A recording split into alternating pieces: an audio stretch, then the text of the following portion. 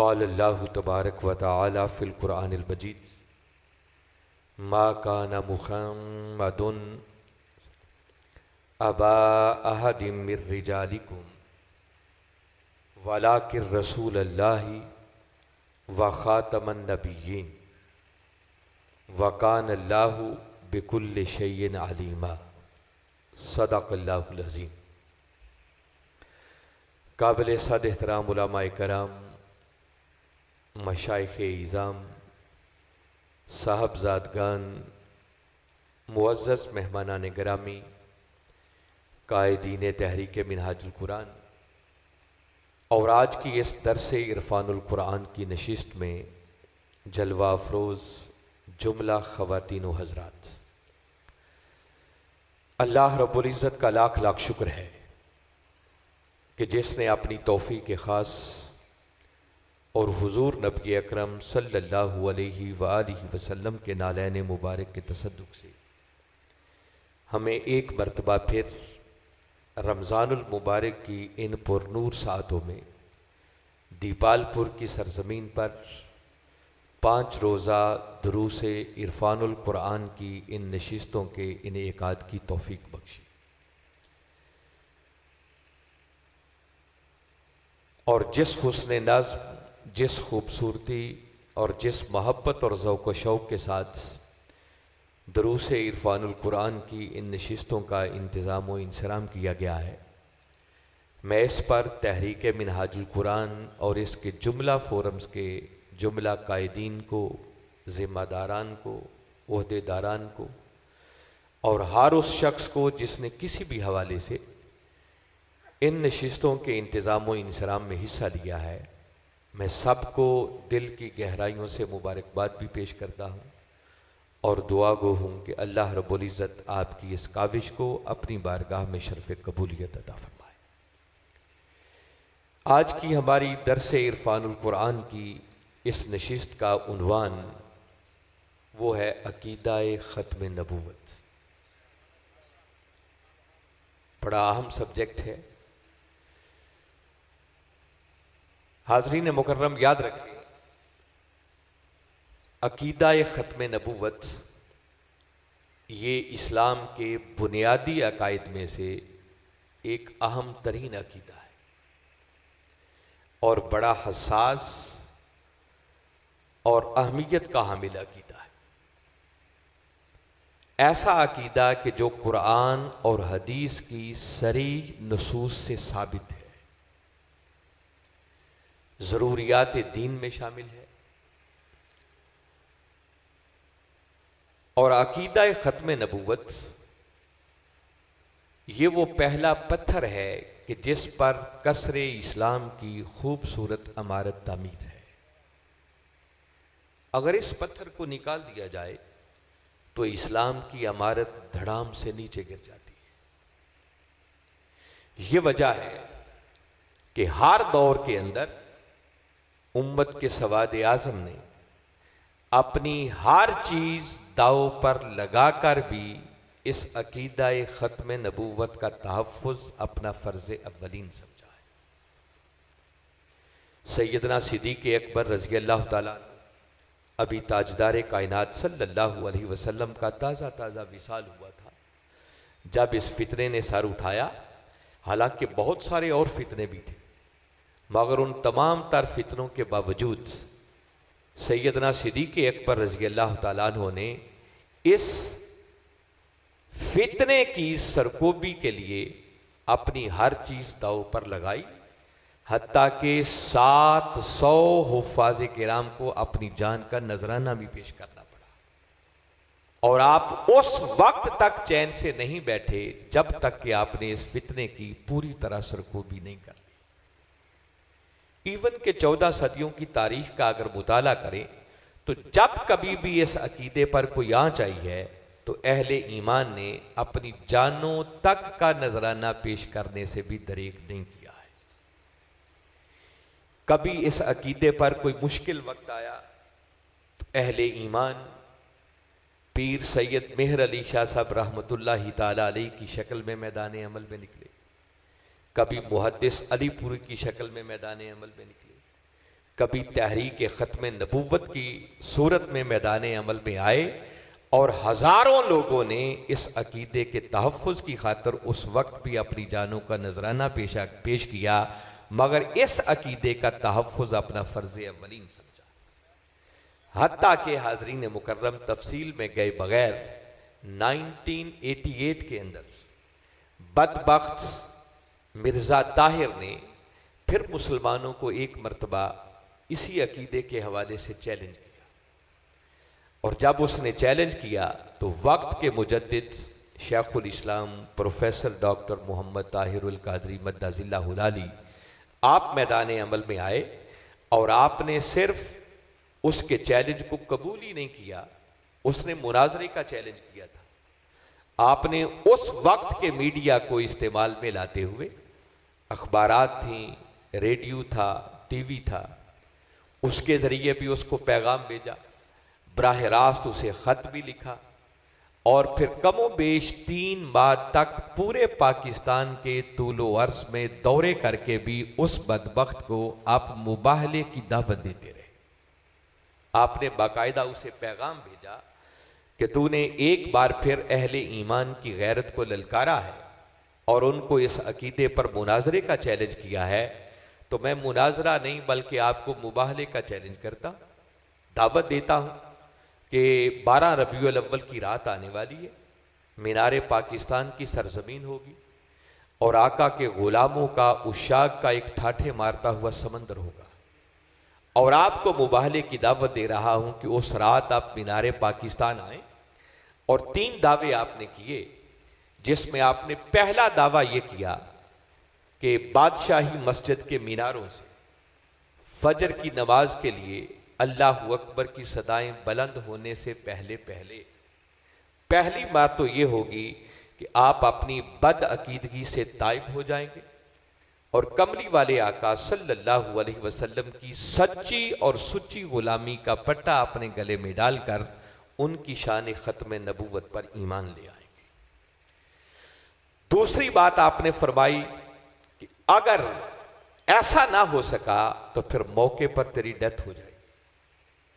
और तीसरा चैलेंज आपने ये किया कि अगर इन दोनों कामों में से कोई ना हो सका तो फिर ताहिरुल कादरी का सर होगा और लाहौर के जिस चौक में दिल चाहे खड़ा करके उसको तन से जुदा कर दिया जाए, आप पर कोई उसकी पाबंदी नहीं होगी, कदगन नहीं होगी, कोई आप पर उसका कोई जुर्म नहीं होगा।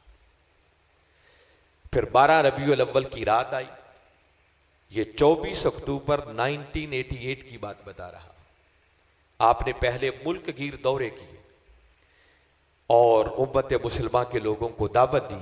फिर जब 12 रबीउल अव्वल की रात आई तो मीनार पाकिस्तान की सरजमीन पर एक दीदनी नज़ारा था कि लाखों फर्जंदान इस्लाम का एक ठाठे मारता हुआ समंदर, जिसमें उलमा और मशाइख का एक जम्मे गफीर था, और सारी रात उस बदबख्त का इंतजार किया गया, मगर उस बदबख्त को मुकाबला करने की, मुबाहला करने की और सामने आने की हिम्मत और जुर्रत न हो सकी।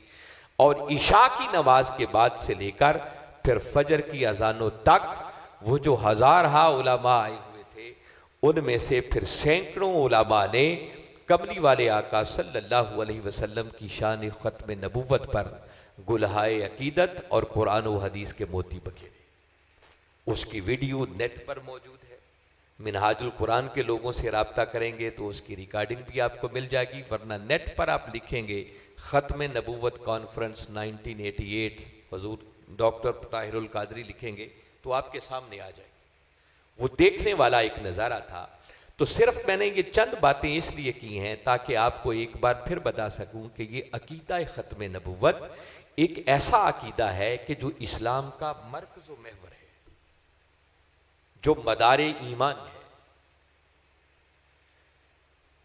और जैसे मैंने जिक्र किया कि अकीदा ख़त्म नबूवत ये वो पहला पत्थर है जिस पर कसरे इस्लाम की खूबसूरत इमारत तामीर है। अगर इस पत्थर को निकाल दिया जाए तो इस्लाम की इमारत धड़ाम से नीचे गिर जाती है। आज की इस नशिस्त में मेरी कोशिश होगी कि कुरान और हदीस की रोशनी में बड़ा आसान करके ये अकीदा आपको बताऊं कि कुरान इस पर कैसे रोशनी डालता है। और ताजदार कायनात सल्लल्लाहु अलैहि वसल्लम ने खुद अपनी इस शान ख़त्म नबूवत का ऐलान कैसे किया। आपको सुनकर एक खुशगवार हैरत होगी कि अकीदा ख़त्म नबूवत ये कोई ऐसा अकीदा नहीं है कि जो कुरान की कोई 2, 4, 5, 7 आयतों से साबित होता, जिस पर कमली वाले आका सल्लल्लाहु अलैहि वसल्लम के 2-4 फरामीन मौजूद हो। इस वक्त ये मेरे हाथ में आपके सामने एक किताब है जिस किताब का नाम ही अकीदा ख़त्म नबूवत है, और ये हुजूर शेखुल इस्लाम प्रोफेसर डॉक्टर मोहम्मद ताहिरुल कादरी की लिखी हुई किताब है। सिर्फ इस किताब के अंदर अगर मैं आपको बताऊं तो 14 सदियों के अंदर पहली मर्तबा हुजूर शेखुल इस्लाम ने कुरान की 129 आयात से अकीदा ख़त्म नबूवत पर इस्तिदलाल किया है। कितनी आयतें बता रहा हूं? 129, और 225 के लगभग वो अहादीस मुबारका इस किताब के अंदर दर्ज हैं जिनके अंदर ताजदार कायनात सल्लल्लाहु अलैहि वसल्लम ने खुद अपनी ज़ुबान मुबारक से अपनी शान ख़त्म नबूवत का ऐलान फरमाया है। और ये कोई हरफ़े आखिर नहीं है। अभी मालूम नहीं है क़यामत तक कैसे कैसे मेरे आका के ग़ुलाम आते रहेंगे और वो कुरान और हदीस के समंदर में गोता जनी करके कैसे कैसे हीरे, लाल और जवाहरात और मोती निकाल कर इस उम्मत को पेश करते रहेंगे। तो आप ज़रा उस अकीदे की अहमियत का अंदाज़ा करें कि जिस पर कुरान की 129 आयात सबूत के तौर पर सामने आ रही, और 225 अहादीस के अंदर मेरे आका ने खुद अपनी इस शान का ऐलान किया। मैं चंद एक नमूने, अब उन सारी आयात और अहादीस को तो आपके सामने रखना किसी सूरत में मुमकिन नहीं है। और जैसे मैंने अर्ज किया कि बजाय इसके कि मैं कोई जोशीला खिताब करूं, मैं चाहता हूं कि बड़ा आसान करके ये मसला आपको समझाऊं कि कुरान कैसे इस पर रोशनी डालता है। गुफ्तगू के उन्वान के तौर पर जो आयत करीमा मैंने तिलावत की, ये सूरह अहज़ाब कुरान पाक का 33वां सूरा है और उसकी आयत नंबर 40 है, जिसमें बारी ताला ने बड़ी सराहत के साथ अपने महबूब की इस शान ख़त्म नबूवत का ऐलान किया। और बारी ताला ने इरशाद यूं फरमाया, मा काना मुहम्मदुन अबा अहादिम मिर रिजालिकुम वलाकिन रसूलल्लाह व खातमन नबिय्यीन व कान अल्लाहु बिकुल्लि शैइन अलीमा। बारी ताला इरशाद फरमा रहे हैं कि मोहम्मद सल्लल्लाहु अलैहि वसल्लम तुम्हारे मर्दों में से किसी जवान मर्द के बाप नहीं है। तो फिर वो क्या है? आगे फरमाया वलाकिन रसूल अल्लाह, बल्कि वो तो अल्लाह की रसूल है। व खातमन नबिय्यीन, और ऐसे अल्लाह की रसूल हैं कि जिनकी जबीं पर अल्लाह ने ख़त्म नबूवत का ताज सजा दिया है, जिनको खातमुन नबिय्यीन बनाकर भेजा है। और आगे फरमाया वकान अल्लाहु बिकुल्लि शैइन अलीमा, और अल्लाह हर चीज का खूब इल्म रखने वाला है। इस आयत करीमा पर अगर गौर करें तो ये जो कलिमात हैं खातमन नबिय्यीन, ये तो सराहत के साथ आका की शान ख़त्म नबूवत पर दलालत करते ही हैं, इसमें तो कोई शक की गुंजाइश नहीं है। लफ्ज़ खातम ये ता की ज़बर के साथ हो या ता की ज़ेर के साथ हो, ये दोनों किराते हैं। अगर ता की ज़ेर के साथ इसे पढ़ा जाए तो ये इसमें फ़ाइल के तौर पर इस्तेमाल होता है खातिम, जिसका माना होता है ख़त्म करने वाला। और ता की ज़बर और ता की ज़ेर, इन दोनों किरातों के साथ ये बतौर इस्म भी इस्तेमाल हो सकता है। अगर इसको बतौर इस्म लिया जाए तो इसका माना होता है आखिर कौम, किसी तबके, किसी कौम और किसी गुरोह के सबसे आखिर में आने वाली हस्ती को खातिम भी कहा जाता है और खातम भी कहा जाता है। फिर इसी तरह ये लफ्ज़ इस्म आला के तौर पर भी इस्तेमाल होता है और उस वक्त इसका माना होता है मोहर। और नबूवत के सिलसिले के एंड पर ताजदार कायनात सल्लल्लाहु अलैहि वसल्लम ने तशरीफ लाकर गोया इस बात पर मोहरे तस्दीक सब्त कर दी कि अब मेरे बाद किसी और नबी के आने की कोई गुंजाइश बाकी नहीं है। जैसे एक पेपर पर तहरीर लिखी जाए और एंड पर मोहर सब्त कर दी जाए, तो मोहर सब्त हो जाने का माना यह है कि अब इस तहरीर में किसी एक हर्फ के भी इजाफे की कोई गुंजाइश नहीं है। तो मैं अर्ज कर रहा हूं कि इसमें आला के तौर पर ले या इस्म के तौर पर लिया जाए तो आखिर कौम, अगर यह माना लिया जाए तो इसका मतलब यह होगा खातमुन नबिय्यीन कि ताजदार कायनात सल्लल्लाहु अलैहि वसल्लम वो हस्ती हैं जिनको अल्लाह रब्बुल इज्जत ने गुरोहे अंबिया के सबसे एंड पर भेजा। अब आपके बाद किसी और नबी के आने की गुंजाइश नहीं है। और अगर इसमें फाइल के तौर पर इस्तेमाल किया जाए तो इसका माना यह है कि ताजदार कायनात सल्लल्लाहु अलैहि वसल्लम वो हस्ती हैं जिनकी आमद के साथ या जिन्होंने आकर नबियों के सिलसिले को हमेशा हमेशा के लिए बंद कर दिया। तो जिस एतबार से भी देखें, ये खातमुन नबिय्यीन के कलिमात हर जाविये से, हर एंगल से, हर जेहत से ये कमली वाले आका सल्लल्लाहु अलैहि वसल्लम की शान खत्म नबूवत पर दलालत करते हैं। मगर हाजरीन मुकर्रम, इस आयत करीमा का पहला हिस्सा भी बड़ी तवज्जो का तालिब है और इस पर भी आपको एक खुशगवार हैरत होगी कि ये पहला हिस्सा भी जिसमें बारी ताला ने फरमाया कि मोहम्मद सल्लल्लाहु अलैहि वसल्लम तुम्हारे मर्दों में से किसी जवां मर्द के बाप नहीं है। ये जो बारी ताला ने फरमाया कि ये मर्दों में से किसी जवां मर्द के बाप नहीं है, तो अल्लाह रब्बुल इज्जत का ये फरमाना ये खुद कमली वाले आका सल्लल्लाहु अलैहि वसल्लम की शान खत्म नबूवत पर दलालत करता है। जब मैं चूंकि स्टेज पे बैठा हूं तो मेरी नजर सब पे पड़ रही है। सैरी करके लोग आए हैं, बाज़ों ने लस्सी भी इस्तेमाल की होगी और उसके असरात वाज़े नजर आ रहे हैं। तो मेरी गुजारिश होगी कि अपने दाएं बाएं थोड़ा सा ख्याल रखें। आप अपना आराम छोड़कर आए हैं, तो अगर यहाँ आके सो गए तो फिर बैठने का मज़ा नहीं है, फ़ायदा नहीं है। तो लिहाजा थोड़ा सा हिला दिया अगर कोई बंदा सोने लगे। कसूर उनका भी नहीं है, ये मजबूरी है उनकी, नाश्ते का, फिर सैरी करके आए हैं और ऊपर से फिर दही और लस्सी भी हो तो उसके असरात तो ज़रूर होते हैं। तो फिर जब आप मेरे सामने बैठ के सोएंगे तो मुमकिन है उसके असरात कुछ मुझ पर भी होना शुरू हो जाए, और अगर मैं सो गया तो फिर अंदाज़ा करें क्या होगा है। तो मैं उम्मीद करता हूं कि अब थोड़ा सा आप जाग के बैठेंगे, ज़रा अलर्ट होके बैठे। तो मैं अर्ज ये कर रहा था कि इस आयत करीमा का पहला हिस्सा बड़ा दिलचस्प है। बारी ताला ने एक अजीब बात की, फरमाया कि मोहम्मद सल्लल्लाहु अलैहि वसल्लम तुम्हारे मर्दों में से किसी जवां मर्द के बाप नहीं है। तो ये फरमाने की हिकमत क्या थी? चूंकि आयत करीमा का मरकजी मजमून वो कमली वाले आका सल्लल्लाहु अलैहि वसल्लम की शान खत्म नबूवत को बयान करना है, तो ये हिस्सा भी आका की शान खत्म नबूवत पर दलालत करता है, जो फरमाया कि मर्दों में से किसी जवां मर्द के बाप नहीं है। और हकीकत है कि अल्लाह रब्बुल इज्जत ने हमारे आका सल्लल्लाहु अलैहि वसल्लम को बेटे अता किए, मगर उनमें से कोई एक भी जवानी की उम्र तक नहीं पहुंचा, बलूगत की उम्र तक नहीं पहुंचा, और बारी ताला ने उनको बचपन में ही विसाल अता कर दिया। अब इसमें हिकमत क्या थी? इसका खत्म नबूवत के साथ क्या ताल्लुक बनता है?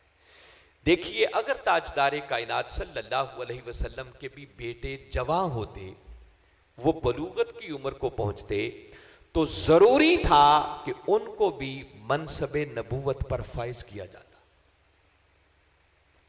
अगर बेटे होते, जवां होते और वो नबी न बनते, तो कल क़यामत का दिन होता जब अंबिया की सफ़े सजती, तो कई ऐसे अंबिया किराम भी होते जो खुद भी नबी होते और उनके जवां बेटे भी साथ नबी बनकर खड़े होते। और आपको मालूम है कि कई अंबिया किराम ऐसे भी गुजरे जो खुद भी नबी और उनके बेटे भी नबी हुए। मैं सिर्फ कुरान में आने वाली एक दो मिसालों की तरफ आपकी तवज्जो चाहूंगा। इब्राहीम अलैहिस्सलाम अल्लाह के नबी हुए, तो उनके दोनों साहबजादे हजरत इस्माईल अलैहिस्सलाम और हजरत इसहाक अलैहिस्सलाम, वो दोनों मनसब नबूवत पर फाइज हुए। हजरत याकूब अलैहिस्सलाम अगर अल्लाह के नबी ठहरे तो उनके बेटे हजरत यूसुफ अलैहिस्सलाम भी अल्लाह के नबी हुए। तो बाप भी नबी, बेटा भी नबी। तो कई अंबियाए किराम ऐसे होते जो खुद भी नबी होते और उनके बेटे भी नबी बन के खड़े होते। और हमारे आका सल्लल्लाहु अलैहि वसल्लम के भी अगर बेटे होते और वो जवान होते और उनको नबी ना बनाया जाता तो इस एक पहलू के एतबार से कई अंबियाए किराम की शान हमारे आका से बढ़ जाती और अल्लाह को यह किसी सूरत भी कबूल नहीं था। और फिर अगर आपके बेटे होते और जवान होते तो वो यकीनन आका की तरबियत का असर और आपका बेटा होना उनको नबूवत के मकाम तक ले जाता। और मेरे आका सल्लल्लाहु अलैहि वसल्लम ने खुद भी इरशाद फरमाया अपने लख्ते जिगर हजरत इब्राहीम अलैहिस्सलाम, आपके बेटे का नाम भी इब्राहीम था। जब उनका विसाल हुआ तो आपने फरमाया कि अगर मेरा ये बेटा इब्राहीम जिंदा रहता तो ये यकीनन अल्लाह का नबी होता। वो बेटे जवानी की उम्र को पहुंचते तो यकीनन अल्लाह उनको भी नबी बनाता। ये ऐसे ही है, अगर इस बात को समझना हो कि जैसे अल्लाह रब्बुल इज्जत ने अपनी निस्बत भी सूरह तौहीद में ऐलान किया कि अल्लाह ना किसी का बाप है और ना किसी का बेटा है। अल्लाह ने अपनी जात से भी अबूवत की नफी की, क्योंकि कि अगर आपका भी कोई बेटा होता तो यह जरूरी था कि किसी ना किसी सतह का वो भी खुदा होता, माबूद होता। क्योंकि बाप के वरासत में भी जीन्स की शक्ल में खसूसियात, प्रॉपर्टीज आगे मुंतकिल होती है, फिर वरासत भी आगे मुंतकिल होती है। तो किसी ना किसी सतह की माबूद होने की शान उसमें भी पाई जाती है।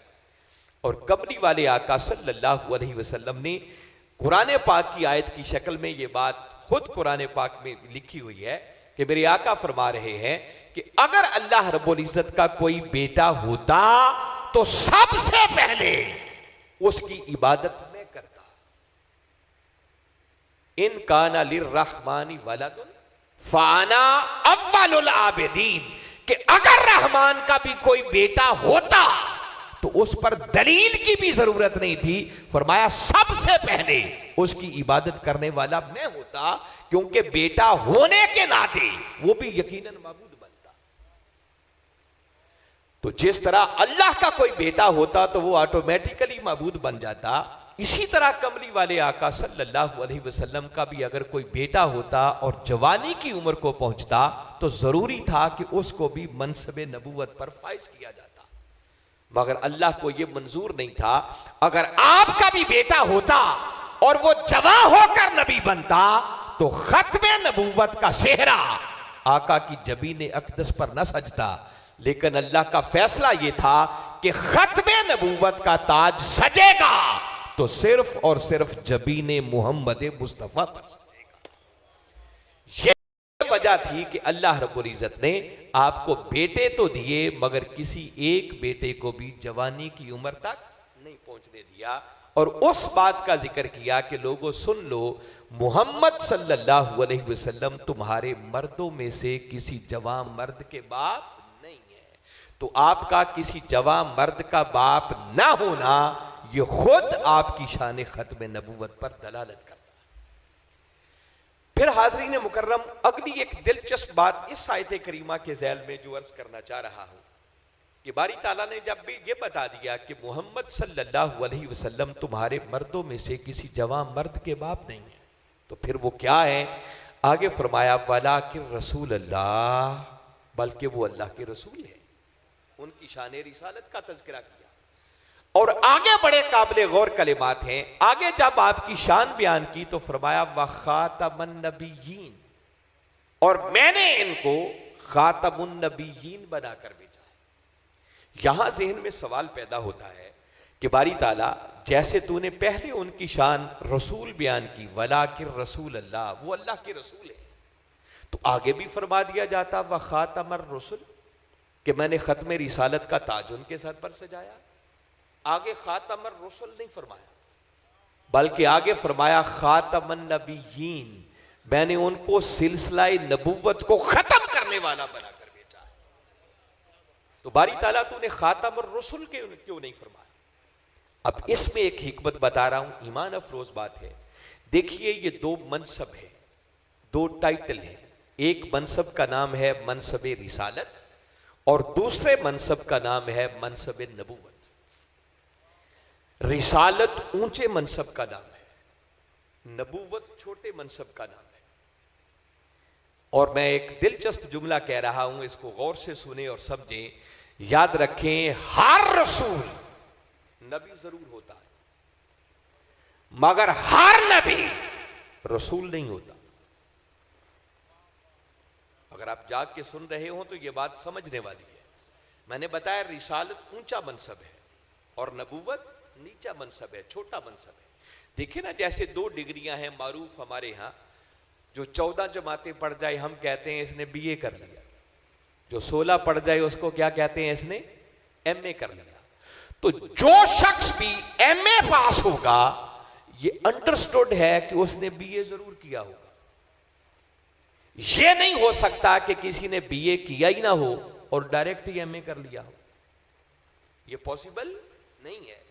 मगर हर बीए करने वाला जरूरी नहीं है कि उसने एमए भी किया हो, वो हो भी सकता है और नहीं भी हो सकता कि बीए करने के बाद उसने तालीम ही आगे जारी नहीं रखी।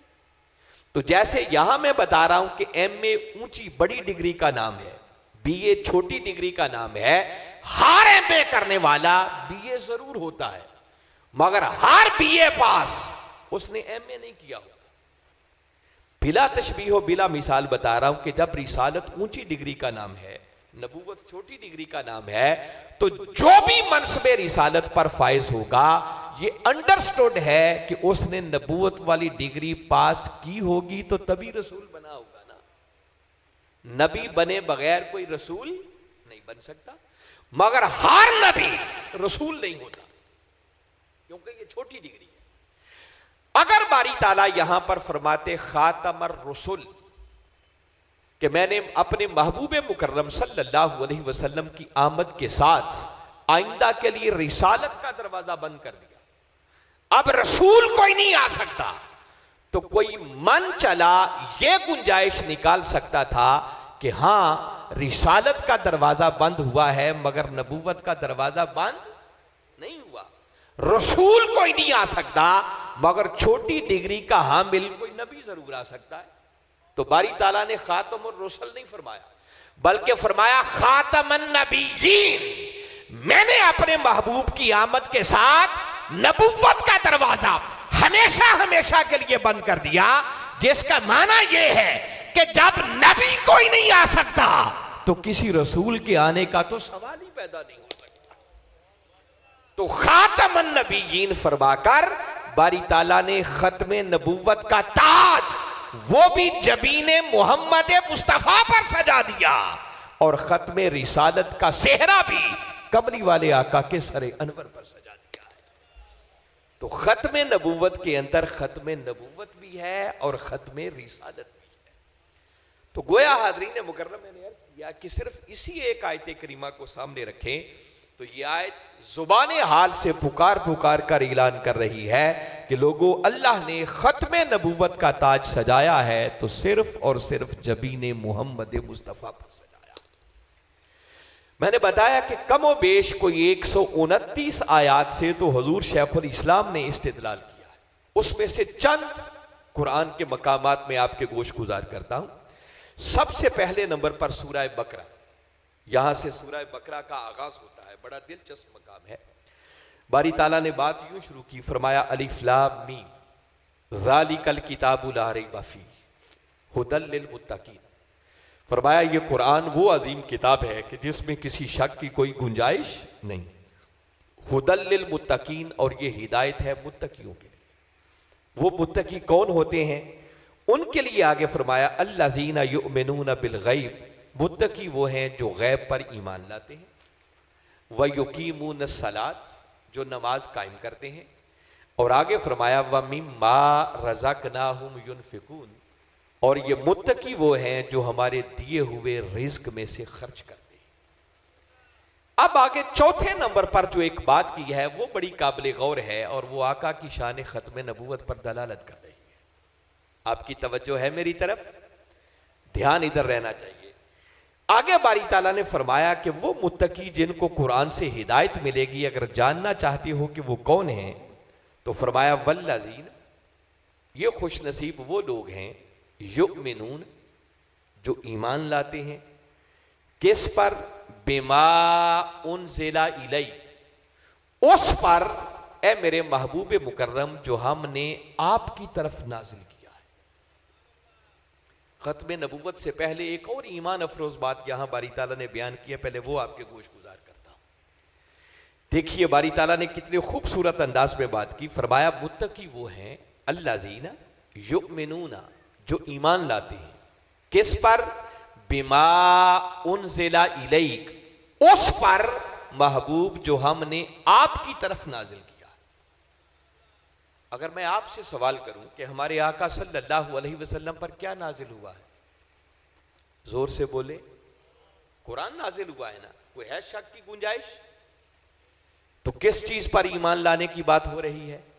कुरान पर, कि महबूब ये मुत्तकी वो हैं जो उस पर ईमान लाते हैं जो हमने आपकी तरफ नाजिल किया। और हमारे आका की तरफ क्या नाजिल हुआ है? कुरान। तो हकीकत में यहां कुरान पर ईमान लाने की बात है, मगर सवाल यह है कि अगर यहां कुरान पर ईमान लाना ही मकसूद था, और यकीनन ऐसा ही है, तो जहन में सवाल पैदा होता है कि बारी ताला तूने घुमा के इतनी लंबी बात जो की है तो सीधा ही कुरान का लफ्ज लिख देता। यूं कह दिया जाता वल्लज़ीना युमिनूना बिल कुरान, मुत्तकी वो हैं जो कुरान पर ईमान लाते हैं। एक लफ्ज लिखना पड़ता, बात कैटेगोरिकली क्लैरिटी के साथ सामने आ जाती। अल्लाह ने बात भी वही की मगर कुरान का लफ्ज नहीं लिखा। फरमाया कुरान पर ईमान नहीं चाहिए, बल्कि ईमान उस पर चाहिए महबूब जो हमने आपकी तरफ नाजिल किया है। बिमा उनज़िला इलै, उस पर जो हमने आपकी तरफ नाजिल किया है। तो बारी ताला तो सीधा कुरान का लफ्ज क्यों नहीं लिखता? कुरान की खूबी है, इजाज है कि कुरान अपनी बात को लंबा नहीं करता। कुरान की कोशिश होती है कम से कम लफ्जों में बात को मुकम्मल कर दिया जाए। तो मौला सिर्फ एक लफ्ज कुरान लिखना पड़ता और बात निखर के सामने आ जाती। मगर बारी ताला ने कुरान का लफ्ज नहीं लिखा, मफहूम वही लिया, मगर फरमाया कुरान पर नहीं, उस पर ईमान चाहिए जो हमने अपने महबूब की तरफ नाजिल किया है। तो बारी ताला राज क्या था? फरमाया भी देखो, अगर मैं कुरान का लफ्ज लिख देता तो लोग खाली कुरान पर ईमान लाते, मगर हमें खाली कुरान पर ईमान लाना कबूल ही नहीं है। फरमाया कुरान का मानना, ईमान तब बनता है जब कुरान का मानना पहले मुस्तफा के मानने के अंदर से होकर आए। फरमाया कुरान के मानने वालों, तुम्हारा अपना कुरान से ताल्लुक क्या था? अगर डायरेक्ट मैंने कुरान ही देना होता तो मैं तो इस बात पर भी कादिर था कि हर शख्स सो के उठता, सुबह उसके सुराने से कुरान निकल आता। तो मैंने सीधा तो कुरान दिया ही नहीं तुम्हें। कुरान जिब्रील अमीन अलैहिस्सलाम के जरिए अपने महबूब मुकर्रम सल्लल्लाहु अलैहि वसल्लम पर नाज़िल किया। और जब जिब्रील अमीन अलैहिस्सलाम कुरान लेकर आते थे तो किसी को जिब्रील आते दिखाई नहीं देते। वो तो जब वही उतरती, मेरे आका उस वही को रिसीव करते और उसके बाद जब कुरान की उन आयतों को पढ़ते तो सहाबा किराम हैरत से सुनकर पूछते कि आका ये जो आपने अभी अभी तिलावत किया है ये क्या है? जब सहाबा किराम ये सवाल करते तो जवाबन मेरे आका इरशाद फरमाते कि मेरे गुलामों, ये जो तुमने अभी अभी सुना है ये अल्लाह का कुरान है। तो दीपालपुर वालों जरा सोचो, मेरे आका जब ये जुमला फरमाते कि ये जो तुमने सुना है ये अल्लाह का कुरान है, ये जुमला खुद कुरान नहीं है। ये जुमला खुद कुरान, ये आका की हदीस मुबारका है, जिसका मतलब कि कुरान के होने का पता भी चला तो वो भी कौले मोहम्मद मुस्तफा से चला। अगर आका की जात को दरमियान से निकाल दिया जाए तो कुरान के कुरान होने का सबूत ही कोई नहीं बचता है। इसलिए बारी ताला ने फरमाया कि सीधा कुरान पर ईमान नहीं चाहिए, बल्कि उस पर ईमान चाहिए जो हम तब बनता है जब कुरान का मानना पहले मेरे मुस्तफा के मानने के अंदर से होकर आए।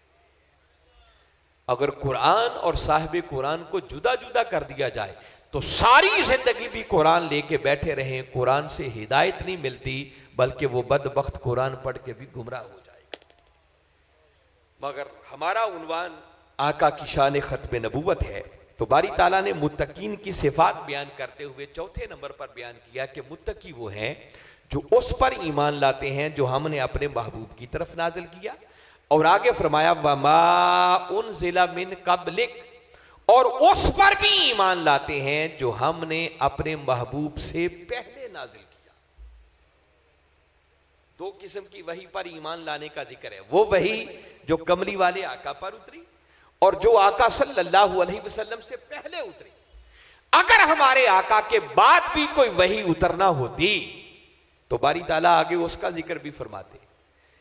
बाद में किसी उतरने वाली वही का जिक्र ना करना, यह सराहत के साथ कमरी वाले आका की शान खत्म नबूवत पर दलालत करता है कि आका के बाद बारी ताला ने नबूवत का दरवाजा हमेशा हमेशा के लिए बंद कर दिया कि अब कोई और नबी नहीं आ सकता। एक मकाम कुरान पाक का इस हवाले से और आपके गोश गुजार करता हूं। सूरह आराफ कुरान पाक की 7वीं सूरत है और उसकी आयत नंबर 158 है। एक अजीब अंदाज से बारी ताला ने अपने महबूब की शान खत्म नबूवत पर रोशनी डाली। फरमाया कुल, महबूब जरा अपनी मीठी मीठी जुबान से ऐलान कर दो, या अय्युहन्नास, ऐ इंसानों, इन्नी रसूलुल्लाहि इलैकुम जमिया। फरमाया महबूब इन्हें फरमा दो कि ऐ इंसानों, मैं तुम सब की तरफ अल्लाह का रसूल बनकर आया। इससे पहले कमोबेश 1.25 लाख के लगभग अंबिया किराम जो तशरीफ लाए, तो कुरान इस बात पर गवाह है कि हर नबी किसी इलाके की तरफ, किसी जमात की तरफ, किसी तबके की तरफ, किसी एक गुरोह की तरफ नबी बनकर आता, किसी एक इलाके और खित्ते की तरफ नबी बन के आता।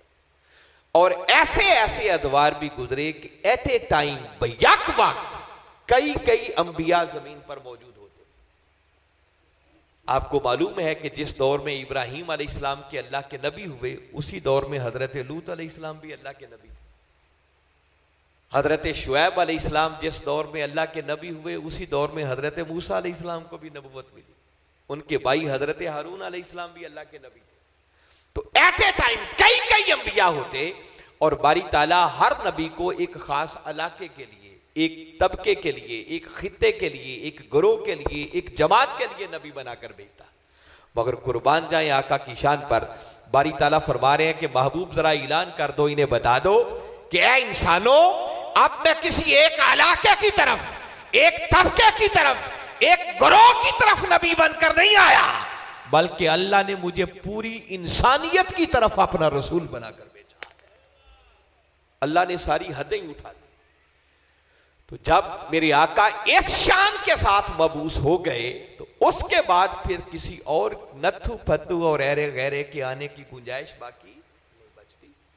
बल्कि आपको हैरत होगी कि देखिए बारी ताला ने आयत के इस हिस्से में अपने महबूब की शान बयान की कि महबूब ऐलान कर दो कि बेशक मैं सब इंसानों की तरफ, पूरी इंसानियत की तरफ अल्लाह का रसूल बनकर आया।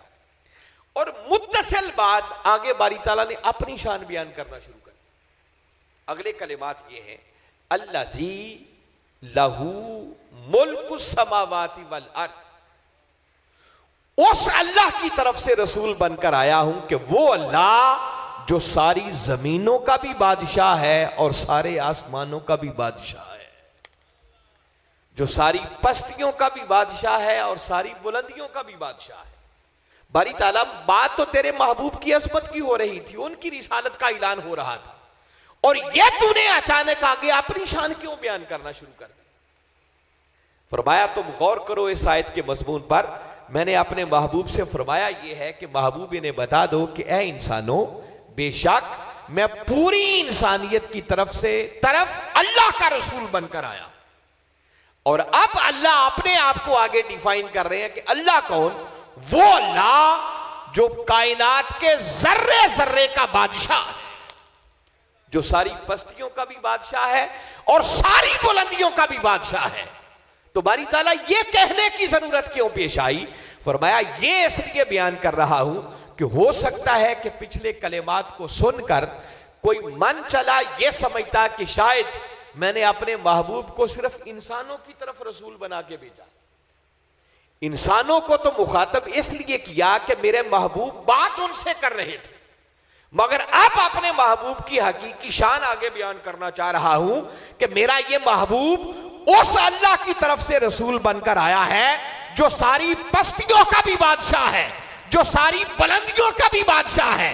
इसलिए यह फरमाया ताकि सुनने वालों को पता चल जाए कि जहां जहां तक भेजने वाले की बादशाहत है वहां वहां तक के लिए आने वाला रसूल बनकर आ रहा है। तो हमारे आका सिर्फ इंसानों के लिए रसूल बनकर नहीं आए, बल्कि अल्लाह ने उनको तमाम जहानों की तरफ रसूल बनाकर भेजा। कायनात के जर्रे जर्रे की तरफ बारी ताला ने उनको शान रिसालत के साथ मबूस किया। और इस बात को समझना हो तो जैसे बारी ताला ने अपनी शान बयान की, अल्हम्दुलिल्लाह रब्बिल आलमीन, कि सब तारीफें उस अल्लाह के लिए हैं जो सारे जहानों का रब है। बिल्कुल वही आलमीन का लफ्ज इस्तेमाल करके फरमाया वमा अरसलनाका इल्ला रहमतल लिल आलमीन। फरमाया लोगो कायनात के जिस जिस जर्रे का मैं रब हूं उसी उसी जर्रे के लिए मैंने मोहम्मद मुस्तफा को सरापा रहमत बनाकर भेजा है। तो जहां जहां तक के लिए मेरे आका रहमत है वहां वहां तक के लिए अल्लाह ने उनको शान रिसालत के साथ मबूस फरमाया। तो आप सिर्फ इंसानों के लिए नहीं, एक तबका, एक गिरोह, एक जमात, वो तो एक तरफ रहा, पूरी इंसानियत की तरफ भी नहीं, बल्कि अल्लाह रब्बुल इज्जत ने सारे जहानों की तरफ आपको रसूल बनाकर भेजा। और आपकी इस शान का अंदाजा करना हो तो बारी ताला ने सूरह फुरकान की पहली आयत में भी इसी शान का जिक्र किया। फरमाया तबारकल्लज़ी नज़्ज़ल अल फुरकाना अला अब्दिही लियकूना लिल आलमीन नज़ीरा। फरमाया बहुत बाबरकत है वो रब जिसने नाजिल किया फुरकान अपने बंदे पर। और क्यों नाजिल किया? लियकूना लिल आलमीन नज़ीरा, ताकि मेरा ये महबूब और मेरा ये अब्द खास फिर सारे जहानों को डर सुनाने वाला बन जाए। तो आपका ताल्लुक एक तबके के साथ, एक जमात के साथ, एक गुरोह के साथ नहीं है, बल्कि अल्लाह रब्बुल इज्जत ने आपको सारे जहानों के लिए रसूल बनाकर भेजा। हत्ता कि जो किताब आप पर नाजिल हुई, इस किताब के लिए फरमाया इन हुवा इल्ला ज़िक्रुल लिल आलमीन। महबूब आप पर उतरने वाली किताब यह भी एक तबके और जमात के लिए नहीं है, बल्कि इसको भी हमने सारे जहानों के लिए नसीहत बनाकर भेजा। तो जब कोई रसूल इस शान के साथ मबूस हो जाए कि बारी ताला उसे सारे जहानों की तरफ रसूल बनाकर भेजे, तो ऐसी हस्ती के आ जाने के बाद फिर किसी नथु फद्दू और ऐरे गैरे के आने की गुंजाइश बाकी नहीं बचती। यह वजह थी कि आपको इस शान के साथ भेजने के बाद अल्लाह ने नबूवत और रिसालत का दरवाजा हमेशा हमेशा के लिए बंद कर दिया। तो इस पहलू के एतबार से भी देखा जाए तो अल्लाह रब्बुल इज्जत ने अपने महबूब मुकर्रम सल्लल्लाहु अलैहि वसल्लम के सरे अनवर पर खत्म नबूवत का ताज सजाया है। एक मकाम अगर और आपके गोश गुजार करना चाहूं तो सूरह आले इमरान कुरान पाक की तीसरी सूरत है और उसकी आयत नंबर 81 मारूफ आयत है। उसमें भी देखें तो वो आयत करीमा भी आका की शान खत्म नबूवत पर दिलालत करती है। फरमाया व इज़ अख़ज़ल्लाहु मीसाकन नबिय्यीन लमा आतैतुकुम मिन किताबिन व हिकमा सुम्मा जाअकुम रसूल मुसद्दिकुल लिमा माअकुम लतुमिनुन्न बिही वला तंसुरुन्नह इला आखिर आया। आयत करीमा आगे चल रही है, मगर मैं सिर्फ इसमें से भी दो बातें इस्तिदलाल के तौर पर पेश कर रहा हूं ताकि वक्त बहुत ज्यादा ना हो जाए। बारी ताला ने फरमाया कि याद करो जब अल्लाह रब्बुल इज्जत ने अंबिया से पुख्ता अहद लिया, ये आलम अरवाह की बात हो रही है, अंबिया को बुलाकर उनसे एक वादा लिया, अहद लिया। क्या वादा? ये लिया लमा आतैतुकुम मिन किताबिन व हिकमा, कि जब मैं तुम सबको किताब और हिकमत अता कर चुकूं, सुम्मा जाअकुम रसूल, और तुम्हें मबूस करने के बाद फिर तुम्हारी तरफ मेरा आखिरी रसूल आ जाए। सुम्मा जाअकुम, तुम्हारी तरफ आए, तो भाई आने वाला तब आएगा जब तुम सारे पहले जा चुके होगे। तो बारी ताला ये बताना चाह रहे हैं कि ऐ मेरे अंबिया, ऐ मेरे नबियों, तुम सारे पहले जाओगे और तुम सबसे आखिर में फिर तुम्हारी तरफ मेरे आखिरी रसूल मोहम्मद मुस्तफा जलवा वो तशरीफ लाएंगे। तो सुम्मा जाअकुम, ये कलिमात बता रहे हैं कि अगर सारे अंबिया पहले आएंगे और आका बाद में उनकी तरफ तशरीफ लाएंगे, तो ये बात इस बात पर दलालत करती है कि आका की आमद के बाद नबुव्वत का दरवाजा हमेशा के लिए बंद हो जाएगा। और आगे बारी ताला फिर फरमा रहे हैं कि कौन से रसूल आएंगे? मुसद्दिकुल लिमा माकुम, मेरे वो रसूल मुकर्रम आकर तुम्हारे ऊपर उतरने वाली वही की तस्दीक करेंगे। आका का तस्दीक करना, तस्दीक करने से मुराद ये है कि आएंगे वो पहले और उन पर उतरने वाली वही की हमारे आका तस्दीक करेंगे। और अगर आपके बाद में किसी ने आना होता तो उसके लिए आप मुसद्दिक बनकर ना आते, बल्कि उसके लिए मुबश्शिर बनकर आते। जैसे ईसा अलैहिस्सलाम तशरीफ हमारे आका से पहले लाए और उनके बारे में बारी ताला ने कुरान पाक में यह बात हमेशा के लिए महफूज की, फरमाया मुबश्शिरन बिरसूलिन याती मिन बाद इस्मुहु अहमद। ईसा अलैहिस्सलाम हमारे आका के लिए मुबश्शिर बनकर आए, अपनी कौम को खुशखबरी देते थे कि तुम्हें खुशखबरी देता हूं कि मेरे बाद मोहम्मद मुस्तफा आने वाले। तो आका का किसी नबी के लिए मुबश्शिर ना होना, बाद में किसी के आने की बिशारत ना देना। तुल जिन्ना वल इंसा इल्ला लियाबुदून, फरमाया कि मैंने जिन्नों और इंसानों को सिर्फ और सिर्फ अपनी इबादत और बंदगी के लिए पैदा किया है। इंसान के पैदा किए जाने का मकसद यह है कि इंसान की पूरी जिंदगी सरापा इबादत बन जाए, इंसान सही मानों में अल्लाह का बंदा बन जाए। और अल्लाह का करम देखिए कि बारी ताला ने इस इंसान को इस दुनिया में भेजा, मगर पहला इंसान जो इस धरती पर तशरीफ लाया, अल्लाह ने उसको मनसब नबूवत पर फाइज किया। गोया इंसान को बाद में भेजा, उसकी तरबियत का इंतजाम व इंतजाम बारी ताला ने पहले करके भेजा। और फिर इस इंसान की रहनुमाई के लिए अल्लाह रब्बुल इज्जत ने कमोबेश 1.25 लाख के लगभग अंबिया किराम को भेजा, जिनको बंदगी का मॉडल बनाकर भेजा, बंदगी का नमूना बनाकर भेजा कि अब अगर तुमने सही मानों में मेरा बंदा बनना है तो ये बात तुम्हारे पेशे नजर रहना चाहिए कि बंदा कैसे बना जाता है। वो बंदगी के मॉडल और नमूने आदम अलैहिस्सलाम से लेकर हजरत ईसा अलैहिस्सलाम तक कमोबेश 1.25 लाख अंबिया किराम को बारी ताला ने बंदगी का मॉडल और नमूना बनाकर भेजा। और अगर कुरान का मुताला करें तो ये जो मैं उनकी शान बंदगी का जिक्र कर रहा हूं, कुरान ऐलान करता है कि बारी ताला ने हर नबी के सर पर यह बंदगी का ताज सजाया है। आप कभी सूरह साफात को पढ़े, बारी ताला ने फरमाया सलामुन अला नूहिन फिल आलमीन, फरमाया ऐ नूह आलमीन में तुझ पर मेरा सलाम। इन्ना कज़ाली का नज्जिल मुहसिनीन, फरमाया हम एहसान करने वालों को यूं ही जजा दिया करते हैं। और तीसरी आयत में आगे फरमाया इन्नहू मिन इबादिनल मुमिनीन, और लोगों याद रखो नूह अलैहिस्सलाम हमारे मोमिन बंदों में से एक बंदा था, उनके सर पर बंदगी का ताज रखा। फिर इसी सूरत में फरमाया सलामुन अला इब्राहिम, ऐ इब्राहिम तुझे भी मेरा सलाम। कज़ाली का नज्जिल मुहसिनीन, हम एहसान करने वालों को यूं ही जजा देते। और फिर आगे फरमाया इन्नहू मिन इबादिनल मुमिनीन, के लोगों याद रखो इब्राहिम अलैहिस्सलाम भी हमारे मोमिन बंदों में से एक बंदा था, उनके सर पर भी बारी ताला ने बंदगी का ताज रखा।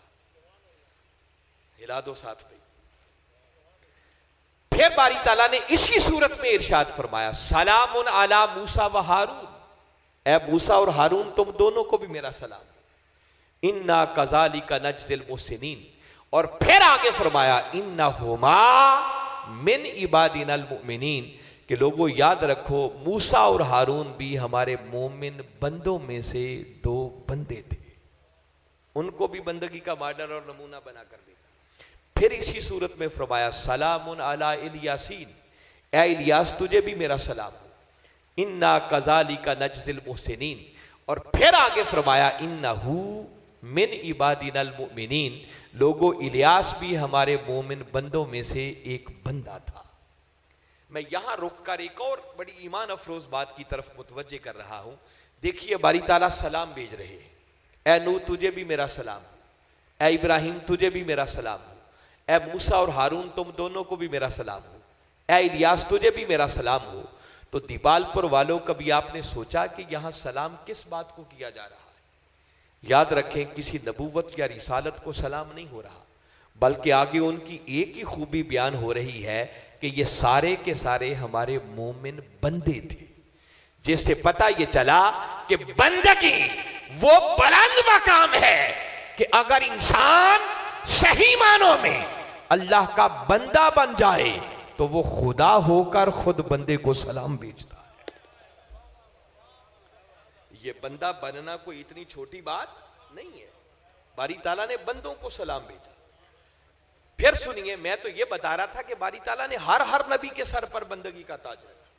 इससे आगे सूरह स्वाद है, बारी ताला ने फरमाया, वज़कुर इबादाना इब्राहीमा व इसहाका व याकूब। फरमाया लोगों याद करो मेरे बंदे इब्राहिम को, मेरे बंदे इसहाक को, मेरे बंदे याकूब को। और आगे चलकर उनकी एक खूबी बयान की।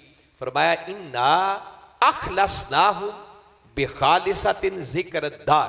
फरमाया उनमें एक खूबी बड़ी पाई जाती थी कि वो आखिरत को बड़ा याद करने वाली थी। फिर इसी सूरत में आगे फरमाया, वज़कुर अब्दना अय्यूब, लोगों याद करो हमारे बंदे अय्यूब को। और आगे उनकी भी एक खूबी बयान की। फरमाया, इन्ना वजदनाहु साबिरा, लोगों हमने उन्हें बड़ा ही सब्र करने वाला पाया।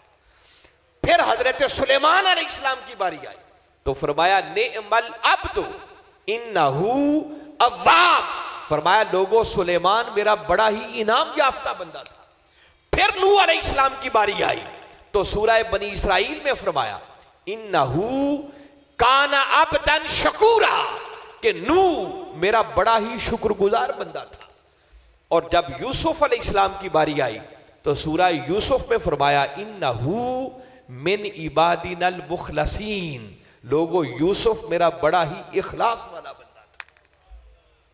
अगर इतनी आयतों पर इक्तिफा किया जाए तो एक बात जो बताना चाह रहा हूं कि देखें बारी ताला ने किस तरह हर नबी के सर पर बंदगी का ताज सजाया, उसको बंदगी के लकब से मुलक्कब किया। तो जहन में एक ख्याल पैदा होता है कि मौला अगर ये बंदगी इतनी ही ऊंची शान है कि तूने हर नबी को बंदगी के लकब से मुलक्कब किया, उनके सर पर बंदगी का ताज सजाया, तो हमारे आका व मौला और अपने महबूब हजरत मोहम्मद मुस्तफ़ा सल्लल्लाहु अलैहि वसल्लम, क्या तूने उनके सर पर भी बंदगी का ताज रखा या ना रखा?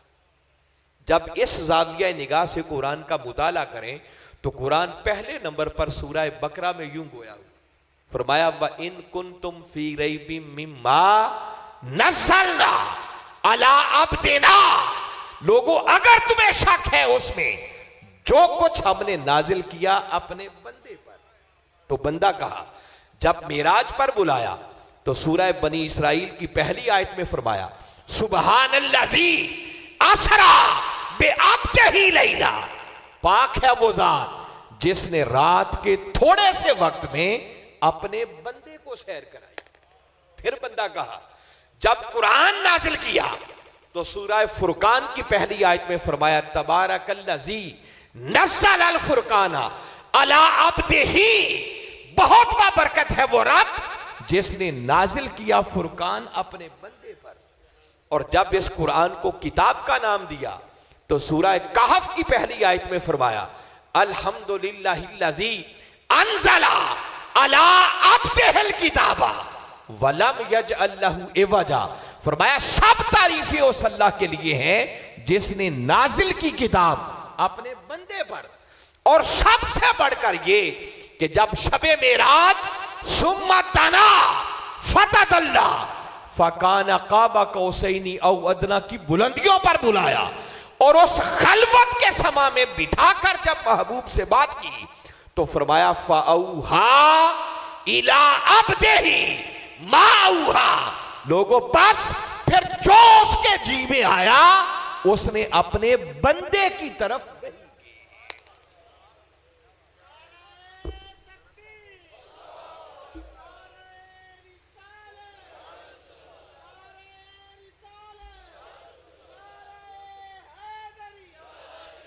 हाज़रीन मुकर्रम, अगर आपने पूरी तवज्जो से इन आयात को समात किया हो तो मैं फिर एक ईमान अफरोज बात की तरफ मुतवज्जे कर रहा। बारी ताला ने दीगर अंबिया को भी बंदा कहा, हमारे आका सल्लल्लाहु अलैहि वसल्लम को भी बंदा कहा, मगर बारी ताला ने बंदा बंदा कहने में फर्क रखा।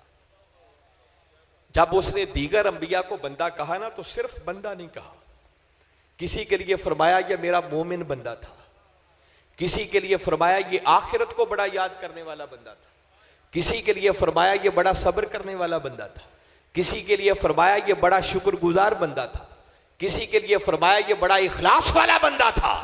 मगर जब हमारे आका की बारी आई तो मैंने जितनी आयतें पढ़ी हैं जाके घर में फिर पढ़ लेना, बारी ताला ने जहां भी कहा सिर्फ बंदा कहा, साथ किसी खूबी का जिक्र नहीं किया। हालांकि अगर किसी की खूबी को बयान किया जाए तो भाई खूबी के बयान से शान बढ़ती है, कम नहीं होती।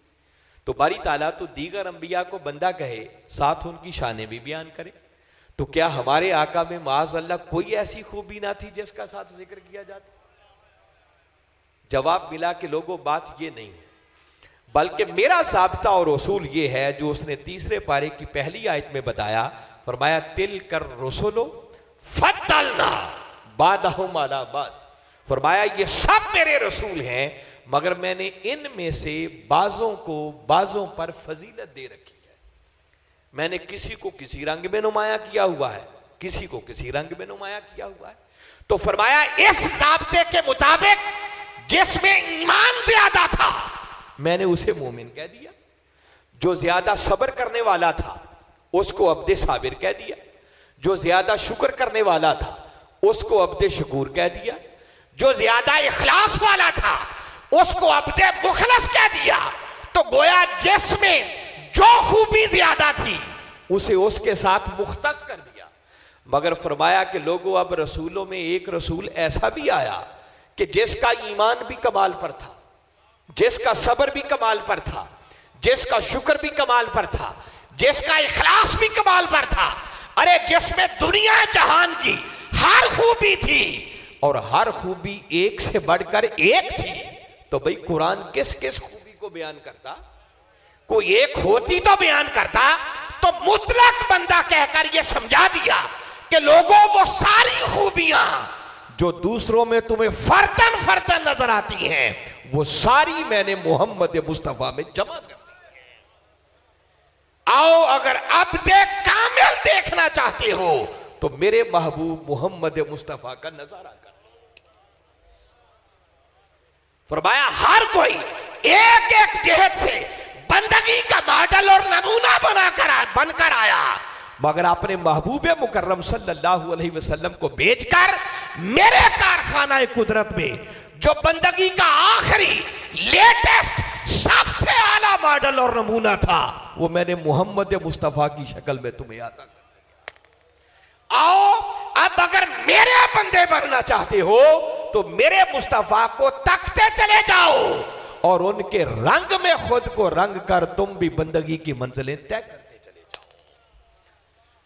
तो बारी ताला ने इंसान को भेजा था कि वो उसका बंदा बने और 1.25 लाख अंबिया किराम को बारी ताला ने बंदगी के मॉडल और नमूने बनाकर भेजा, मगर अपने महबूब मुकर्रम सल्लल्लाहु अलैहि वसल्लम को भेजकर उसने बंदगी का आखिरी और लेटेस्ट मॉडल और नमूना भी भेज दिया।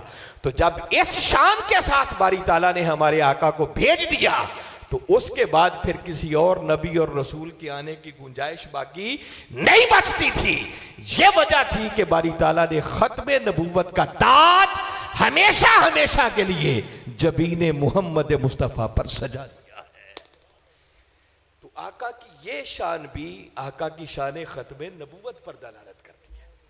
तो हाज़रीन मुकर्रम में अर्ज कर रहा हूं कि अगर सिर्फ कुरान ही की रोशनी में मैं बात करता चला जाऊं तो मैं बिला मुबालगा कह रहा हूं कि कई घंटे इस सब्जेक्ट पर मैं बोलता चला जाऊं तो सिर्फ कुरान की आयतें ही खत्म नहीं हो सकती है। मगर एक महदूद वक्त में रहते हुए अपने मजमून को मैंने समेटना है। अब मैं चाहता हूं कि ज्यादा नहीं, सिर्फ 3 या 4 अहादीस आका की भी आपको सुनाऊं, जिससे आपको पता चले कि आका ने खुद अपनी शान खत्म नबूवत का ऐलान किस तरह फरमाया है। मेरे आका सल्लल्लाहु अलैहि वसल्लम ने एक मकाम पर इरशाद फरमाया, फुद्दिलतु अलल अंबियाए बिसित्तिन, फरमाया लोगों अल्लाह रब्बुल इज्जत ने 6 चीजों के अंदर मुझे दीगर सब अंबिया पर फजीलत अता करके भेजा।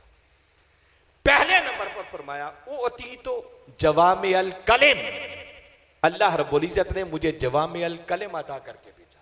अब इनकी तफसील में मैं नहीं जाता। आगे फरमाया वनुसिरतु बिर्रुब, और रोब के साथ मेरी मदद की गई।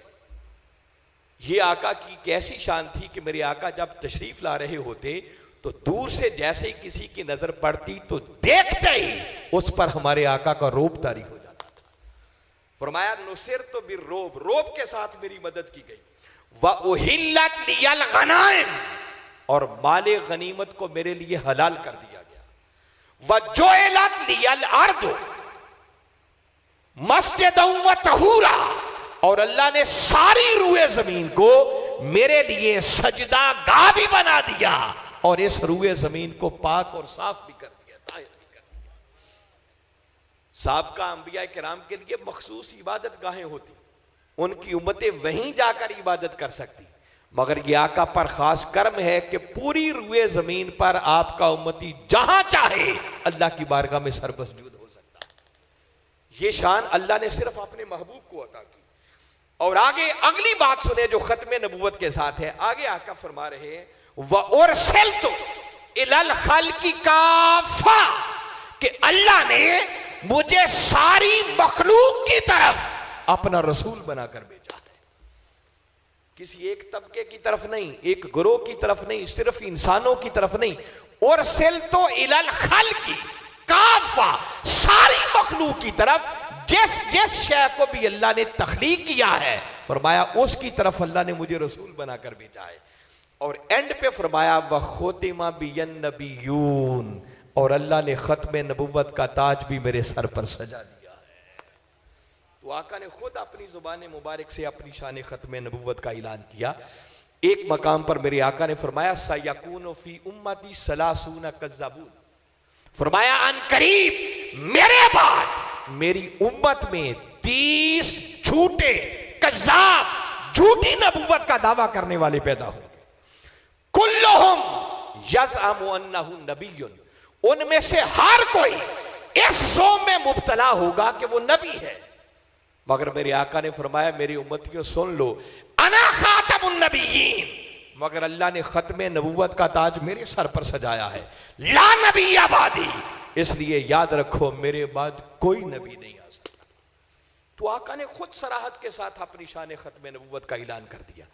कहीं मेरे आका ने फरमाया इन्नी अब्दुल्लाही व अना खातमुन नबिय्यीन, लोगों मैं अल्लाह का बंदा हूं और उसने खत्म नबुव्वत का ताज मेरे सर पर सजा दिया है। वो जो कुरान का एक मैंने हिस्सा आपको सुनाया ना कि आका वही बात फरमा रहे हैं, इन्नी अब्दुल्लाही, मैं अल्लाह का बंदा हूं। अगर सही मानों में जानना चाहते हो कि अल्लाह के बंदे कैसे होते हैं तो फरमाया मुझ मोहम्मद मुस्तफ़ा को देखो, मैं बंदगी का आखिरी मॉडल और नमूना बनकर आया हूं। और आगे फरमा दिया वाना खातमुन नबिय्यीन, जब बंदगी का आखिरी मॉडल और नमूना मुझे बनाकर भेजा है तो सुन लो फिर खत्म नबुव्वत का ताज भी अल्लाह ने मेरे माथे पर सजाया है। इसी तरह मेरे आका सल्लल्लाहु अलैहि वसल्लम ने मौला कायनात अली शेर खुदा से मुखातिब होकर फरमाया कि अली तू मेरे लिए ऐसे ही है जैसे मूसा अलैहिस्सलाम के लिए हजरत हारून थे। मगर फरमाया अली सुन लो, मेरे बाद नबी कोई नहीं हो सकता। मूसा भी नबी थे, हजरत हारून भी नबी थे, मकाम आपका उसी तरह है, मगर मेरे बाद नबी कोई नहीं हो सकता। फिर आका ने एक मौका पर फरमाया लौ काना बादी नबीयुन लकाना उमर, लोगों अगर मेरे बाद कोई नबी होता तो बदबख्त गुलाम अहमद ना होता, बल्कि फरमाया उमर फारूक होता। तो जब वो नबी नहीं हुए तो अब उनसे हटकर भी कोई और नबी, आका ने इसमें भी अपनी शान खत्म नबुव्वत का ऐलान किया।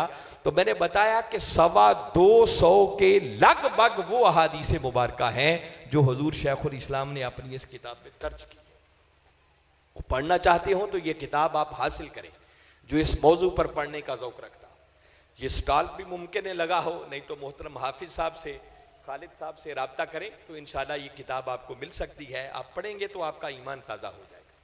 आखिरी बात जिस पर मैं एंड करना चाह रहा हूं, हमें जिस फितने का चैलेंज है इस दौर के अंदर, बल्कि मैं समझता हूं कि वो फितना भी अपनी मौत आप मर चुका है, अब उसकी भी तफसील में जाने का वक्त नहीं है। बदबख्त मिर्जा गुलाम अहमद कादियानी जिसने झूठी नबूवत का दावा किया, और शुरू में मैंने अर्ज किया कि जब उसके बेटे ने मुसलमानों को, अहले ईमान को मुनाजरे का चैलेंज किया, तो वक्त के मुजद्दिद डॉक्टर मोहम्मद ताहिरुल कादरी ने मुनाजरे नहीं बल्कि उनको मुबाले का चैलेंज, डेट मुकर्रर की, मगर वो बदबख्त ना उसे आना था ना वो आया, और सारी रात फिर अहले इल्मा का की शान नबूवत पर मोती बखेरते रहे। और इस किताब के अंदर उस बदबख्त गुलाम अहमद कादियानी का भी पूरा पोस्टमार्टम है कि उसने किस तरह पैंतड़े बदल बदल कर 13 मुख्तलिफ अंदाज से स्टेप बाय स्टेप नबूवत के मकाम पर पहुंचने का दावा किया। जैसे मैंने अर्ज किया कि अब उन चीजों की भी तफसील में जाने का वक्त नहीं, मैं सिर्फ वो गिनवा देता हूं। उस बदबख्त ने सबसे पहले नंबर पर मुजद्दिद होने का दावा किया। इसलिए जब सादा लोग कभी उनसे मिलते हैं ना, तो वो कहते हैं उसने नबी होने का तो ऐलान ही नहीं किया, वो ऐसी किताब ले आएंगे जिसमें उसने मुजद्दिद होने का ऐलान किया।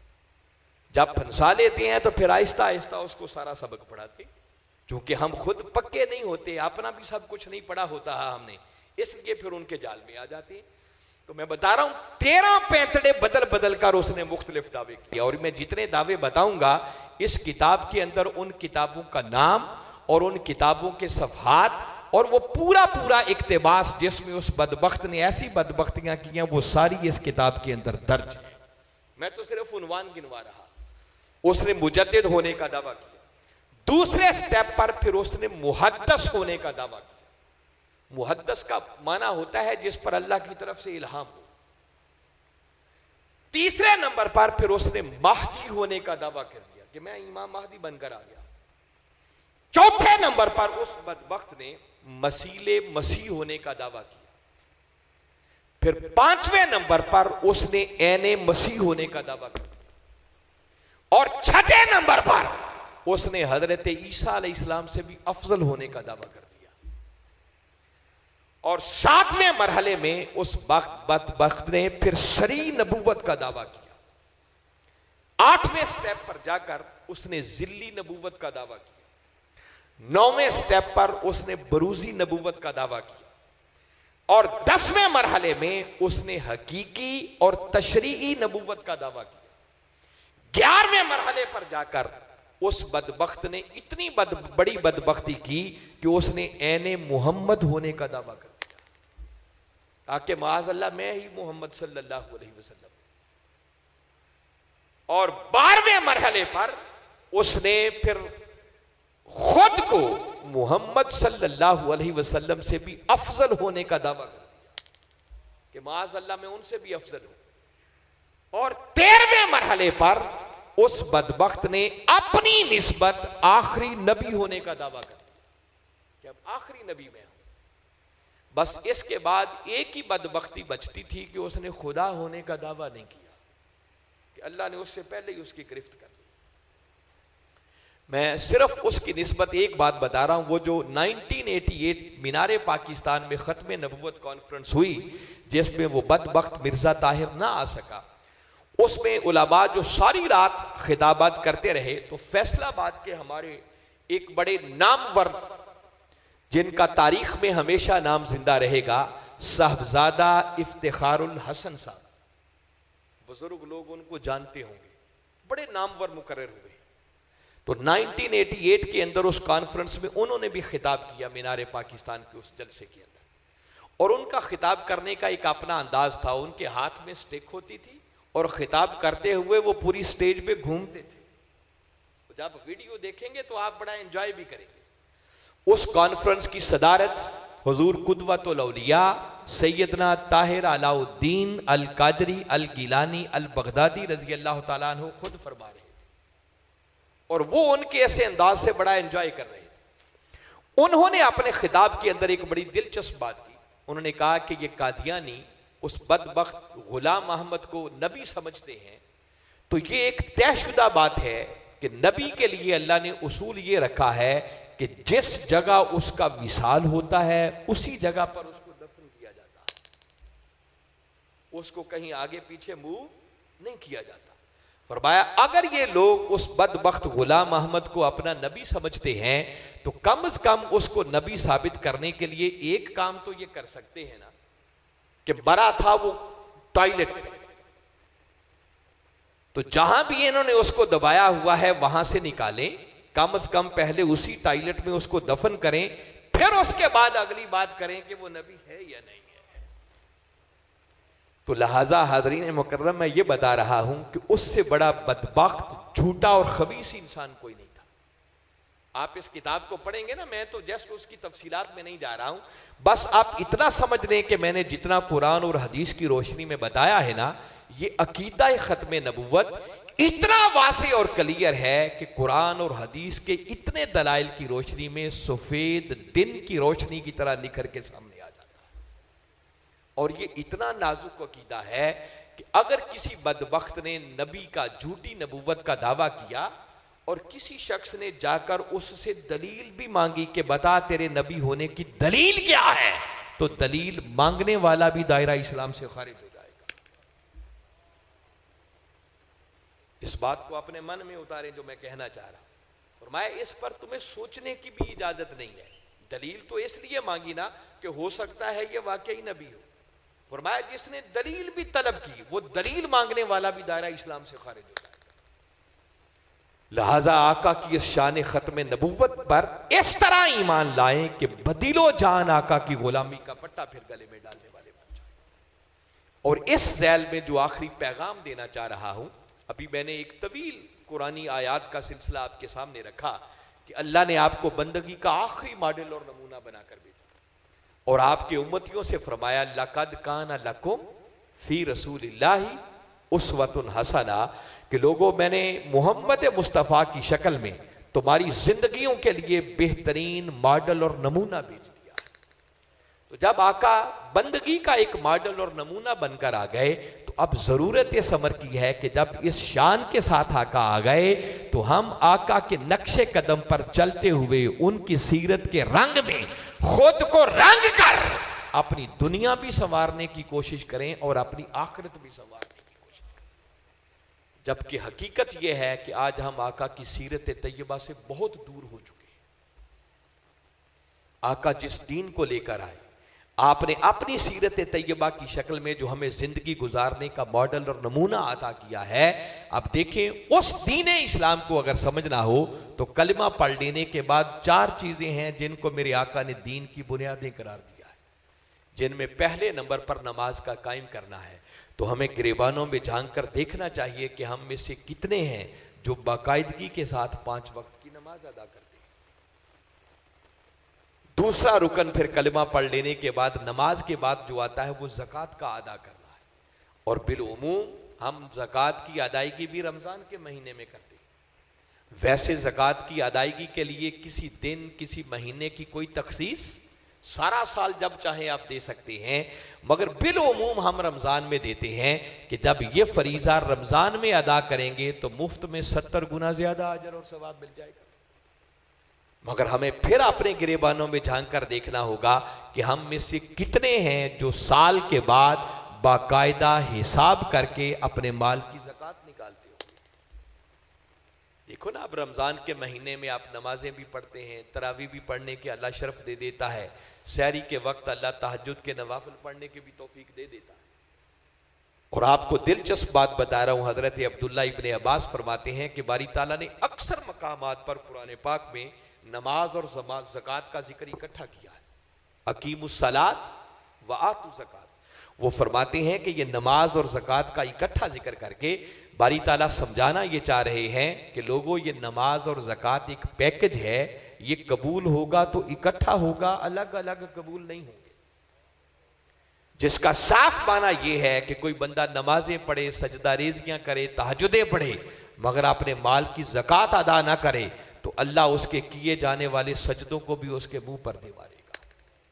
अगर चाहते हैं कि माह रमजान में ये टूटी फूटी इबादत जो सजदा रेजियां करते हैं ये कबूल हो जाए, तो पहले हमें अपने माल की ज़कात भी अदा करना होगी। ये आका का लाया हुआ दीन है। फिर उसके बाद अगला रुकन है रमजान का रोजा रखना। रमजान वैसे ही आ गया तो जो किसी उज़र के बगैर रमजान के रोजे को तर्क करना ऐसा नुकसान है कि जिंदगी भर के रोजे जमा होकर भी उसकी तलाफी नहीं कर सकते।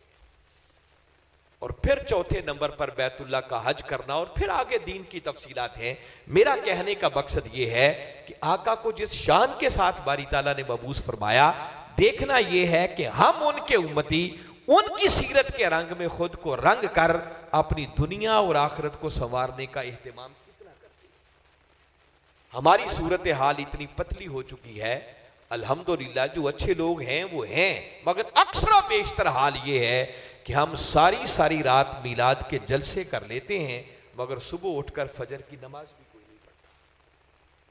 तो क्या खाली नारे लगाते रहेंगे कि आका के सर पर खत्म नबुव्वत का ताज सजा है, या उनके नक्शे कदम पर चलकर अपनी दुनिया और आखिरत को संवारने वाले भी बनेंगे?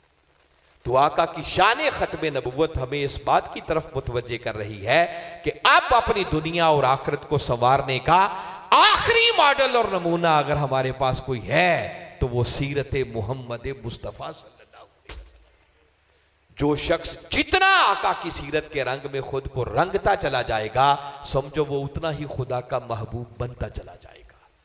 इसलिए जरूरत इस अमर की है कि अपने दिलों के अंदर कमली वाले आका की मोहब्बत और इश्क के चिराग रोशन करें और अपने तन पर सीरत मुस्तफ़ा का पहरा बिठाएं।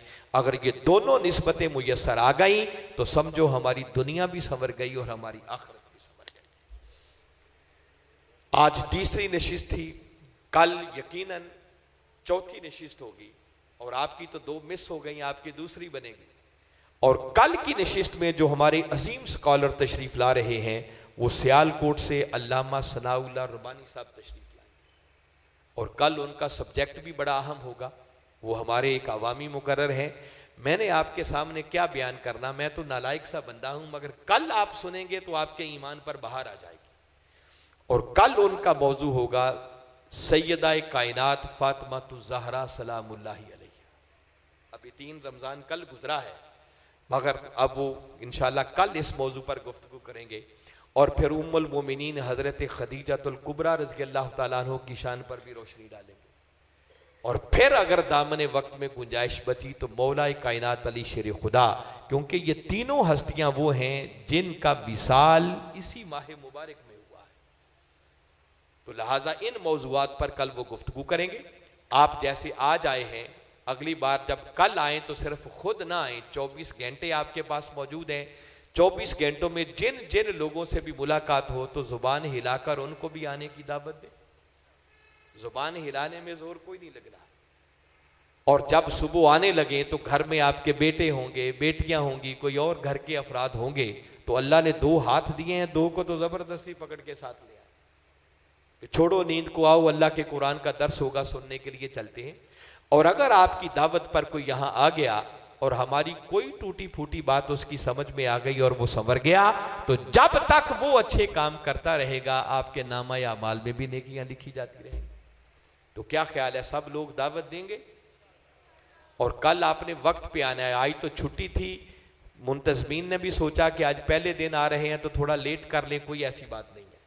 तो शुरू भी लेट हुआ और एंड भी लेट कर रहे हैं, मगर कल वर्किंग डे है, लोगों ने अपने काम पे जाना होगा। तो कल ठीक 5:30 बजे जो अलामा साहब आ रहे हैं उनका खिताब शुरू हो जाएगा। 5:15 बजे तिलावत होगी, एक नात होगी, 5:30 बजे गुफ्तगू शुरू होगी और इंशाअल्लाह 6:30 या 6:45 तक गुफ्तगू वाइंड अप हो जाएगी। आज तो सिर्फ संडे का फ़ायदा उठाते हुए 7:15 तक हम चले गए हैं, मगर कल लेट नहीं करेंगे। इन्हीं कलेमात के साथ मैं बारे दीगर आप जुमला अहबाब को मुबारकबाद भी पेश करता हूँ, मुंतज़मीन को भी मुबारकबाद देता हूँ और दुआ गो हूँ कि बारी ताला हम सब की हाज़री को अपनी बारगाह में शर्फ़ कबूलियत अता फरमाए। वमा अलैना इल्लल बलाग।